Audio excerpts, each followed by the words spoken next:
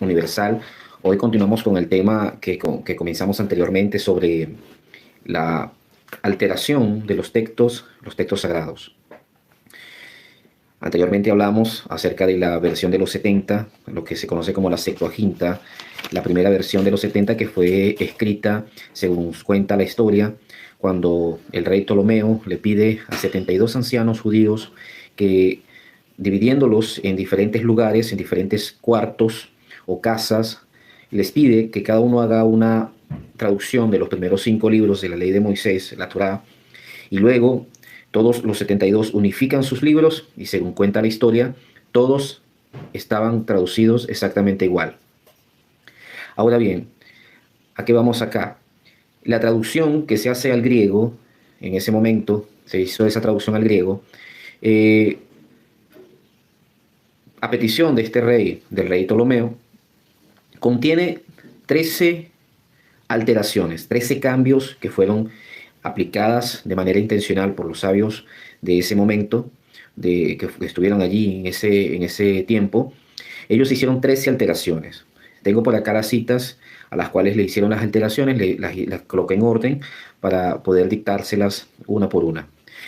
Génesis 5.2, Génesis 11.7, 18.12, 49.6, Éxodo 4.20, 12.40, 24.5, 24.11, Números 16.15 y por último tenemos Deuteronomio 4.19, Deuteronomio 17.3 y Levíticos 11.6.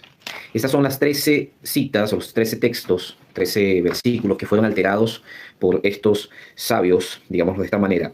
Ahora, ¿cuáles fueron las razones que estos sabios, según la Gemara nos explica, por la cual ellos cambiaron o alteraron estos textos? Primero, una de las justificaciones que dicen ellos es que tuvieron ellos era por miedo a Ptolomeo, a que si escribían algo incorrecto, su vida corriera peligro o la vida del pueblo judío, ¿no? El segundo viene siendo que tenían temor de que las palabras de la Torá fueran malinterpretadas y el mundo cayera en la idolatría o tuvieran una justificaciones para idolatrar o para irse en el camino de la maldad, el camino de la idolatría, de la astrología, adorando los cielos, adorando las estrellas, los astros, las constelaciones y todas estas cosas, ¿no? En especial, el capítulo 1 de Bereshit, o de Génesis, donde dice, Bereshit bara Elohim et hashamayim ve'et haaretz. En el principio creó Dios los cielos y la tierra. En el original, esta frase se puede entender como que el principio, es decir, Bereshit, creó a Elohim. Y este texto, al leerse de la manera literal de que Bereshit creó a Elohim, para ellos les causaba un gran disgusto poder traducirlo al idioma de los gentiles, ¿no? Y que ellos tuvieran allí una razón para inclinarse a la creencia en diferentes dioses, ¿no? Entonces, el primero de Génesis 1.1 ellos lo alteran y colocan, Dios creó en el principio. Es decir, invierten las palabras y en vez de decir Bereshit bara Elohim, dicen que Dios creó en el principio los cielos y la tierra, de manera de que no se lea de la manera literal. En todos estos versículos, por lo menos tenemos en el Génesis 11.7, donde dice, descendamos y confundamos las lenguas. Ellos cambiaron el plural que existía allí, donde dice descendamos, ¿quiénes van a descender? Supuestamente lo que dice el relato en la Gemara es que el temor era que las personas se preguntaran, ¿quiénes están pidiendo descender y confundir las lenguas? Y en ese momento ellos cambian el plural y lo dejan como un singular, descenderé y cambiaré, confundiré sus lenguas, ¿no? Entonces, asimismo tenemos en Génesis 18:12, donde Sara se ríe y cuenta la Gemara de que Abraham también se rió, pero en su corazón. Entonces, se cambia el texto también allí para no colocar en el mismo lugar la risa de Abraham, que no fue ofensiva, con la risa de Sara, que sí fue ofensiva. En el Génesis 49:6, donde dice, mataron a un hombre y lo degollaron, hablando de Shimeón, vamos a buscarlo, vamos a leerlo un poquito, ese Génesis 49:5. 49.6 dice, desde el 5 al 6 dice, Shimeón y Leví son hermanos, sus armas instrumentos de violencia. Hablando de Shimeón y Leví. Shimeón y Leví son hermanos, sus armas son instrumentos de violencia. En su consejo no entre mi alma, a su asamblea no se una mi gloria, porque en su ira, y habla aquí de ellos dos, y dice, porque en su ira mataron hombres y en su obstinación degollaron bueyes. Ellos acá, según lo que dicen en la Gemara, la objeción que tienen ellos es para cambiar este texto de este verso, de este capítulo 49 de Génesis, es que si escribían literalmente allí, los hijos de Jacob iban a quedar, número uno, como personas iracundas, y número dos, como asesinos. Y para impedir de que cuando el rey Ptolomeo o cuando los griegos leyeran este texto, dijeran, wow, los hijos de Israel son asesinos, los cambiaron. Y cambiaron donde dijeron, el texto lo cambiaron y ahora decían, ya no decía así como lo leímos ahora en este momento, sino que decía, y los hijos de Israel en su ira degollaron bueyes y derribaron los abrevaderos donde toman los bueyes. Imagínate el cambio, la distorsión tan plena en una traducción. Entonces, según lo que nos dicen popularmente, tradicionalmente, algunas personas que estudian judaísmo, yo cuando entré en el judaísmo, que lo decía en la clase anterior, nos dijeron que los que transgredieron la versión de los 70 era una versión perfecta, inspirada por Dios, que Dios los inspiró a todos y les dio sabiduría para que todas las 72 traducciones concordaran exactamente.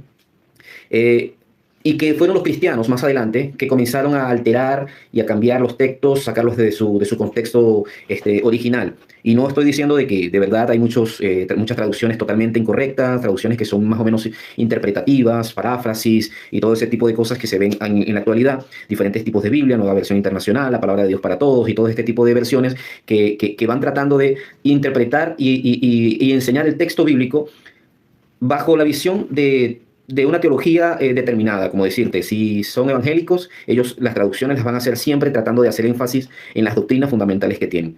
Pero lamentablemente, esto no sucede simplemente con los evangélicos y los cristianos, como los testigos de Jehová, que también tienen su propia Biblia, asimismo actualmente los que se llaman los efraimitas y aquellas personas que se visten de judíos, no siendo judíos, tratando de imitarlos, usando talit, usando kipá y usando todo este tipo de cosas.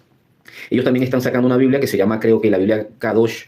Y en esa Biblia cambian, lo que hacen es transliterar los nombres y colocar los nombres de los personajes en hebreo, en la pronunciación en hebreo, pero sigue siendo la misma Biblia Reina Valera o la misma Biblia de cualquiera de estas religiones, ¿no?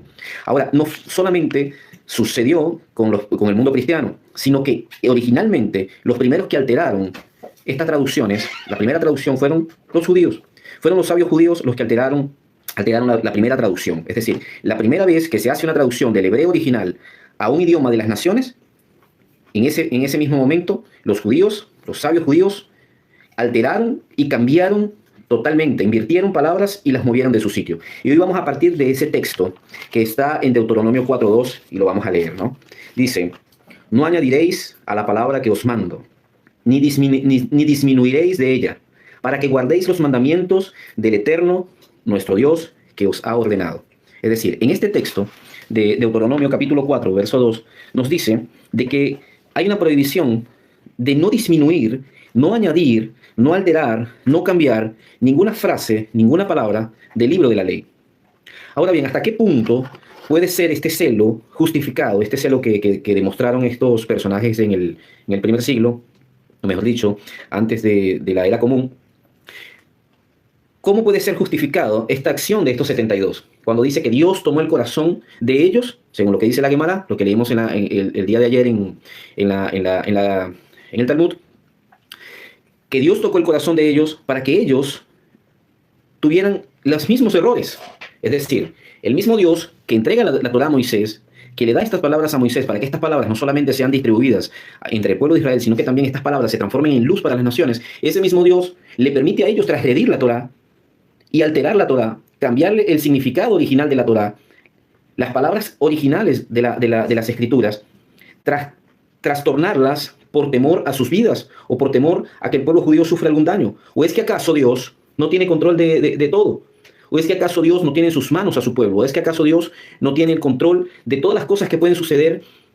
¿O es que acaso Dios puede transgredir lo que Él ya ha establecido? Hay un texto muy claro que dice que Dios no es hombre para mentir, ni hijo de hombre para arrepentirse. Es decir, cuando Dios establece algo, si los reyes de la tierra establecen algo y eso que ellos establecen permanece y es inalterable, inabrogable, mucho más las palabras de este ser supremo deben ser inalterables e inabrogables. Y entonces, cuando resalta este texto, no añadiréis a las palabras que yo os mando, ni disminuiréis de ellas para que guardes los mandamientos que el Eterno, tu Dios, te da. Estas palabras, ¿dónde quedan?